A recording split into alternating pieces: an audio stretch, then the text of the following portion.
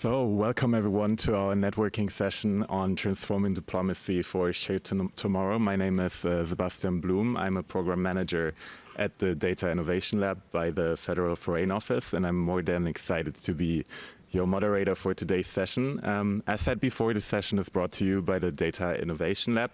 And today we're discussing a crucial topic, which is the transformative force of AI and AI-powered tools in diplomacy. In this session, we wanted to showcase some of the potential that AI and AI-powered tools bring in foreign policy, and we initially wanted to offer a platform for open dialogue among different government representatives from different regions. As you can see, there have been some minor changes in the setting of the panel because we had some cancellations. So we were actually thinking to focus a little bit more on the work of the Data Innovation Lab in the next following 25 minutes. Having said that, let me briefly set the stage a bit about how AI is actually already reshaping the practice of diplomacy and talk a bit about the changes in our work that we're already witnessing at the Data Innovation Lab itself. So firstly, we can definitely see that AI tools amplify diplomatic capacity. For example, NLP algorithms can extract key insights and transform transcripts, meetings, minutes, and other diplomatic records, facilitating the creation of comprehensive and timely reports. Also, the huge amount of data and AI holds a huge capacity for predictive analytics, for example, by leveraging historical and real-time data to forecast geopolitical trends and potential outcomes for policy decisions. And lastly, we're also already witnessing major foreign ministries racing ahead with AI adoption. And this is definitely highlighting that the integration of AI for sure is urgent and vital, and therefore investing in AI capacity and more importantly, data literacy is not optional but necessary. Otherwise, diplomats may risk losing ground on the international forum. Having clarified this, and with this context in mind, I would like to turn to our speaker and my dear colleague Claire Patzig, who is a junior data associate at the Data Innovation Lab by the Federal Republic of Germany from the FFO. And I'm really honored to have this exciting panel with you today. And I would like to hand over, but before, a small procedural note, we're having a short introduction by Claire with some inputs, and afterwards, also due to the circumstances we're having this panel right now, we want to open the floor also to you to share your experiences and let some space for your questions. So Claire, the floor is yours. You might share some of the challenges and opportunities in integrating AI into diplomatic practices. Thank you so much for the kind introduction. So I'm going to speak about this topic more from the view of a computer scientist and of someone who's actually developing the software our diplomats are supposed to use. And therefore, I want to really highlight that one thing is similar for every software development process. It's about the people you are developing for. And in this case, we are talking about diplomats. The sheer practice of diplomacy is something we, in the end of the day, do. Every single person does that, right? We are negotiating every single day, and in this case, we are talking about discipline with lots of tradition. And in this case, we are also talking about something where governments are dealing with the most sensitive issues currently happening worldwide. It's about core values of people, and in this case, it's about communication. We are talking about something where people have hundreds of years of experience with. And I mean, on a large scale, we are using large language models probably since ChatGPT for about 9 years now. So it's not about technology being arrogant and saying we can in any way replace human beings, but instead it's about enriching what we are currently already doing. And I think this approach is really shown in the take that the German government has taken. So in this approach, every German federal ministry has a data lab, so it's from the ground up. So technology is really developed for the people who are actually using that and their use cases. And so also the German Federal Foreign Office has a data lab, and the Data Innovation Lab serves to communicate those findings to the outside world, connect with other partners. This is why we are organizing this networking session, as well as developing also also prototype themselves. And therefore, I want to bring you like 3 current use cases we are working on to really also showcase how rich diplomacy is. So we just had a makeathon last week with students on virtual embassies. Here we are talking about public diplomacy. So it's not about the practice of diplomacy itself, but rather it's really about our citizens abroad as well as people in other countries who want to learn about Germany or maybe coming to Germany.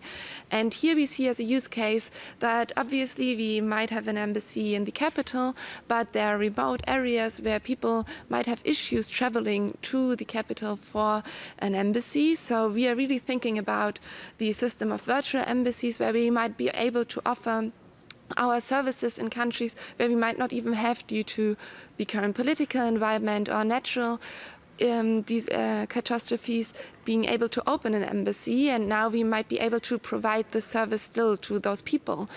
Then if we look at the practice of diplomacy, right, we are really looking at negotiations at the heart of it.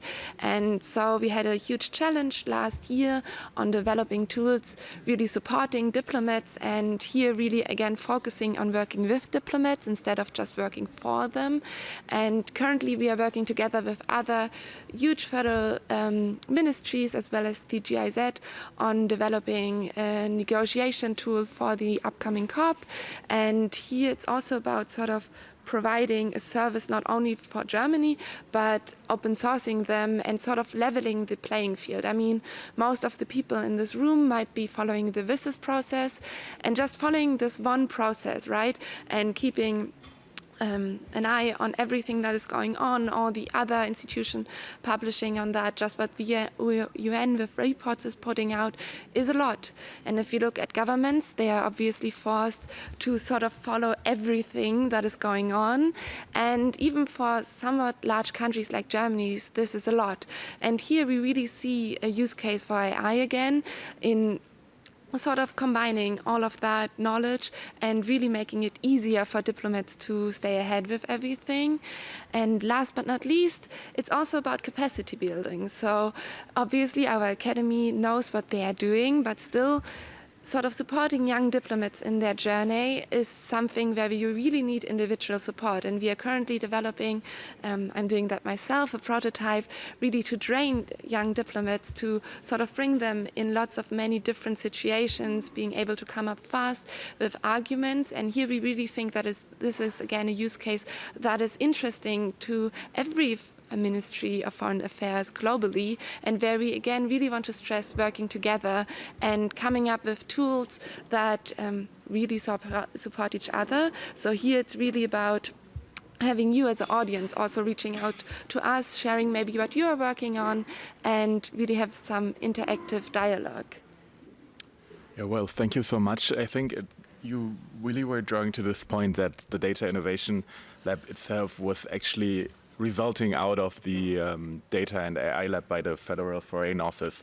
But drawing a little bit back to that, you were also referring to some different partnerships and initiatives. What do you think such initiatives as the Data Innovation Lab, how do they help to promote the responsible use of AI in diplomacy? So I think the responsible use here is that we are not talking about something like, for example, cancer detection, right? We can benchmark that and say we have an accuracy of about, I don't know, 98%. If we are talking about diplomacy, we don't have those clearly defined goals, right? It's a way broader approach, and here we really have to see how it actually can enhance diplomacy instead of being noise that just takes away from the human connection that is at the core of it. And there again, it's about cultural sensitivity, right? Like German diplomats might have a different focus than other parts of the world. And again, we learn from a shared partnerships in this area because it's about the practice, not really about the content, whatever negotiation, whether it's climate or peace or whatever. It's not about that only, it's about the discipline and learning from each other again. Thank you so much. Having said that, I would really like to hand over to the floor as well to our online participants. feel free to ask any questions to us about the Data Innovation Lab. Also, please feel invited to introduce yourself and maybe share your perspectives on, or expertise even in the field of AI and diplomacy. And you're also invited to present yourself. So the floor is yours.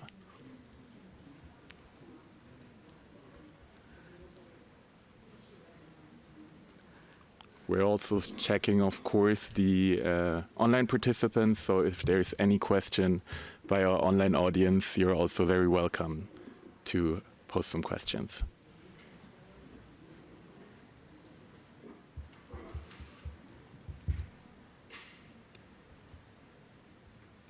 Just let me check if there's some questions in the chat.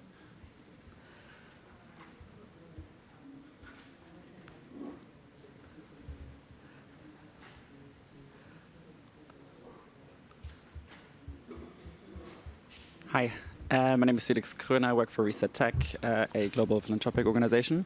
And I'd love to understand how the Data Innovation Lab is, I guess, dealing with the fact that a lot of these tools are sort of not from the European Union, and how, like, obviously in the diplomatic sphere, like these geopolitical dimensions play a role, and how is that reflected on the technical level in the tools that you employ? Thank you so much for the question. Here it's really about highlighting the work of the Data Lab of the Federal Foreign Office. So we developed a platform called Plane, where it's really about hosting our own capacities and really about hosting our own models. That makes it easier for me, for example, to develop and have more freedom in those processes. We just hosted a data talk. So this is also, we are not only focused on developing tools, but also about sort of soft aspects of that, so about communicating what is possible.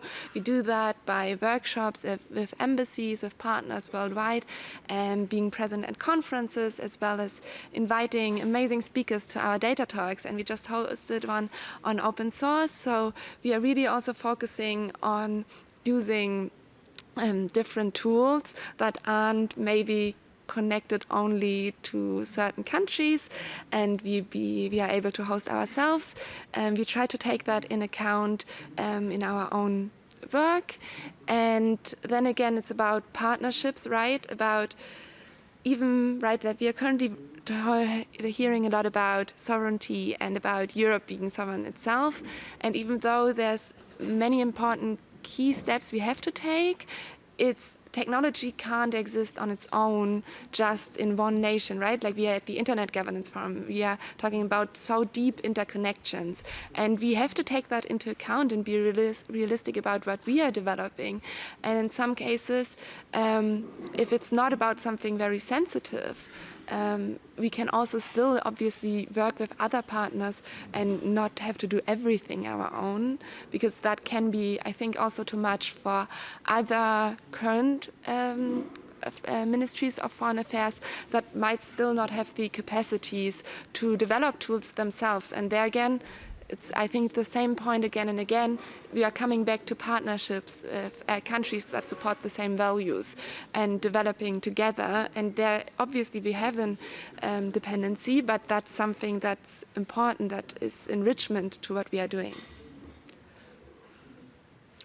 Thank you so much. Are there any other questions?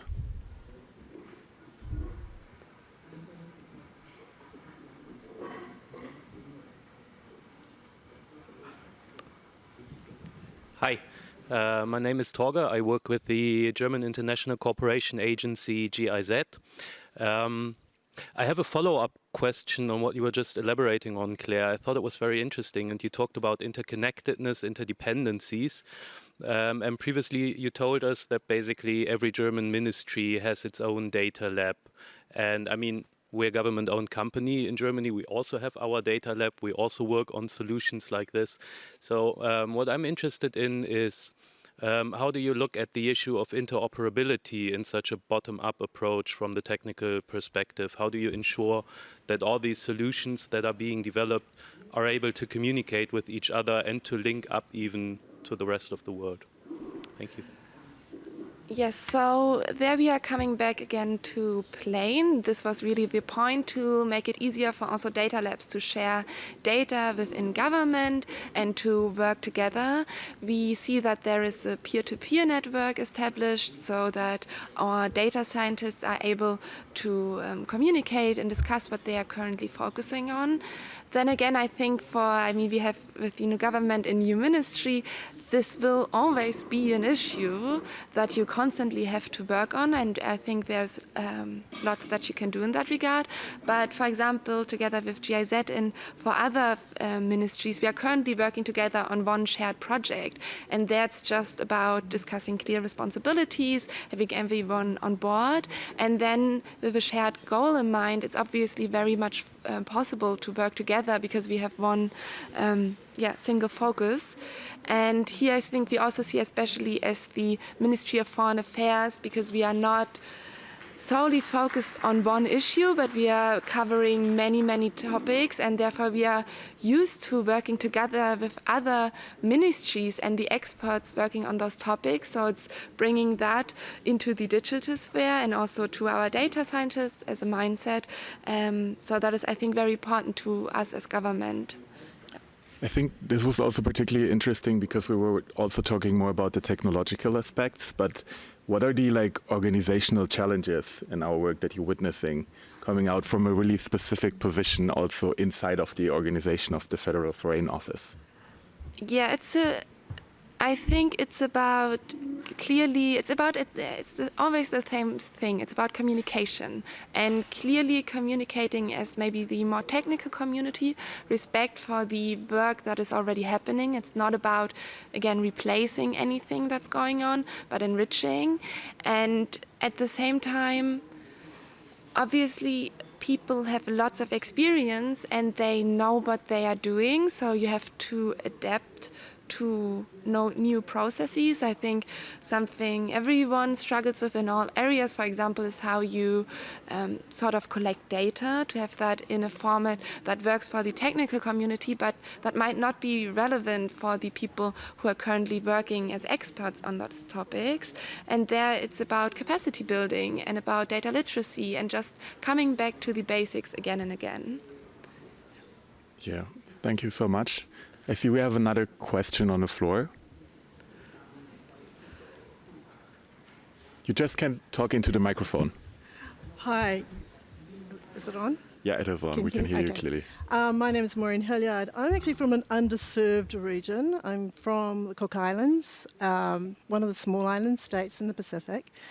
And one of the things that I've actually sort of found in the 20 years that I've lived on that little island is that, we would be really appreciative of developing tools of development for new diplomats. I mean, people in the Pacific, the government is actually elected by the small communities. People that, someone within the community, no experience whatsoever with government sort of processes and things like that. But, they seem to be nice people, so they get elected to government.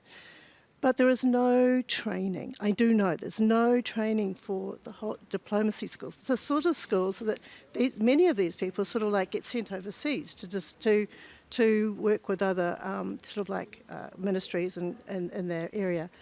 And I was just wondering, does your hub does it provide sort of training facilities for underserved regions where government officials have, really do require those skills, be really, really important. I mean, I sit and listen. I mean, when I sort of think of how wonderful some of the governments are and the work that they're doing, I know that our guys go out to these important meetings and they're absolutely overwhelmed because they just don't have that knowledge that they need. So I just wanted to put it out there. Thank you.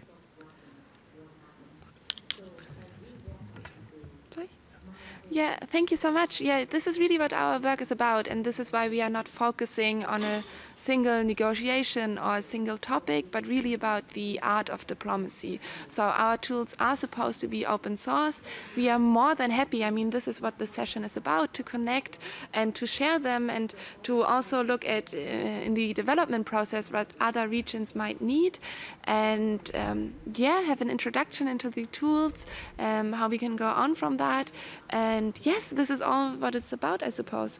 Also, to give some clarification, right now we're still a small and growing organization. So having the questions you just posed always in mind, that of course the long-term vision would also to enhance different nations using these tools, and also do some kind of facilitation and capacity building. But of course this session and also the long-term vision of the Data Innovation Lab itself is of course a more networked approach with different stakeholders, and also an invitation to some of the organizations that might already sit here in the panel as well. So I just checked the chat and I see we have 2 questions from the chat. The first one by Christian Bozinowski is, how can you make sure that AI used in diplomacy is free from cultural, political or data-driven bias? Yes, this is one of the obvious largest issues, and why it's very important to discuss that together with government officials from other countries, to keep that very much in mind.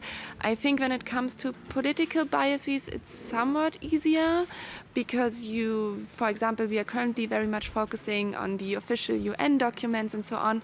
So in that case, it's not really about the bias, but really on focusing which documents are relevant to us, and those have to be read anyways. Cultural biases are obviously way more complicated, and that, for example, is also why I'm working on this negotiation or like trainer for negotiations, where it's about keeping in mind how you speak, talk, discuss in other countries, and might not be the German approach. And this is obviously also a huge part of our training of young diplomats. Thank you so much. In regards of time, we still have some questions in the chat, and I'm trying to at least take on 2 of these. First one would be, is there any practical example where I already improved diplomatic task or decision? Well, we actually were debating this yesterday. It's a bit vague, because of course there has been reports by major ministries such as the State Department majorly integrating some large language models and some Gen AI tools in the work that apparently facilitated the work. But for right now, I think a lot of bots and other tools are still being tested. But Claire, maybe you want to add some of your experiences you were witnessing for that. Yeah, I think we see more general use cases that you might see all over the place, sort of, which aren't really tailored to diplomacy itself. I think if you look at other countries like the UK, they're having major effort in their embassies to offer different services. Also, the UN, for example, undertook in their peace negotiations sort of discussing with the citizens who were part of that negotiation a huge sort of questioning with AI, and think in that case it was really useful to use AI, because with just humans you can't cover as many people. Yes, I think those are the first ones that come to mind. Thank you so much. We have some minutes left, but there's still some questions left in the chat. Last one would be, is there a generational approach on the process of developing AI tools for diplomats? Yeah, so it might be a bit more irritating because you see quite young people currently on stage. Obviously, we have people from all generations developing in the Federal Foreign Office. I do think that there is some value, for example, of people like me who really bring sort of what is currently happening within the academia and like very new approaches, especially in the area of prototyping. But technical knowledge really doesn't have any age gap, and it's about expertise and about experience with software development processes. So we try to bring all of that together, and then in the sort of deployment side, so people actually using them, we again have from everything from young diplomats currently in training to very experienced negotiation happening currently. And there's about communications and about data literacy. So really, I guess, sort of discussing those issues where people currently are and not sort of expecting already existing knowledge, but really talking about the issues they might have and the questions. There are no dumb questions, right? Yeah. That's for sure. And also what I think is that we're definitely witnessing a cultural change, because regarding our work, it becomes also clear that the sessions we were actually delivering on data literacy, for example, in Geneva, or now next week surrounding the AI for Good, these events actually are those events that are visited and actually followed by the most. And also I think our own organization is also reflecting this cultural change inside the Federal Foreign Office, having a team of 10 people, actually mostly being around the age of like 20 to 40. So we can definitely see also that these organizational changes are also happening right now surrounding us.